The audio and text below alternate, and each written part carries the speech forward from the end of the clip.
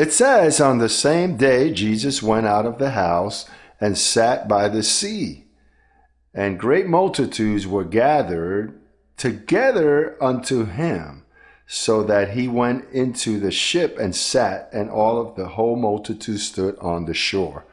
Then he spoke many things to them, keep this in mind, in parables, saying, Behold, a sower went out to sow.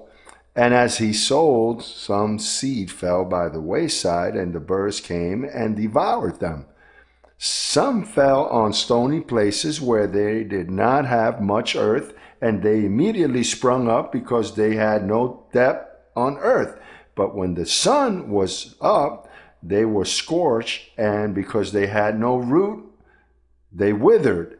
And some fell among thorns, and the thorns sprung up and choked them.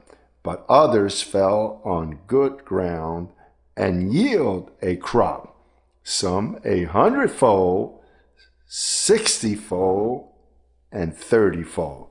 He that has ears to hear, let him hear. But Jesus, what he was speaking was parables, and parables never bear fruit in no one. So he wasn't speaking about that time. He was speaking when the gospel of uncircumcision was supposed to be preached. He was speaking about our time, because now it's when you hear the word, and the word truly bears fruit 30, 60, and 100-fold. But that had never taken place. In the days of Paul, no one bore fruit. Everyone abandoned him, right? The Bible says they all abandoned Paul. And after he died, it finished. They bore no fruit. And after Paul, for 2,000 and some odd years, the darkness set in of the truth, diversity, the many religions, thousands of interpretation, and the apostasy. It is to say that that's never taken place, that parable.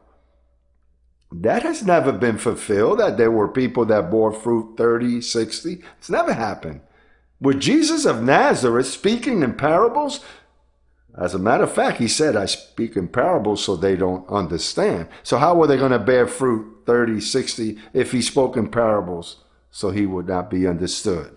And Paul could not, because Paul had the 11 apostles persecuting him and going against everything he said. And everything Paul spoke, James would come, and John and Peter. And Paul said that the devil was destroyed, and Peter, no, he's like a roaring lion. And Paul says it is only through faith. And James would say, no, it's by works.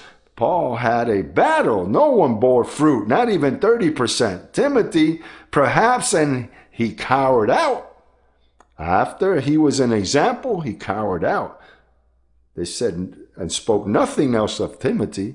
Paul said the key is this. God always worked with a man. With Moses, he represented the law.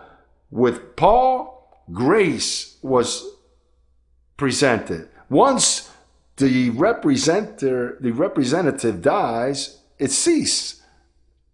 But I have then the most precious privilege that word for the first time begun with growing in grace ministry to bear fruit 30, 60, and 100-fold.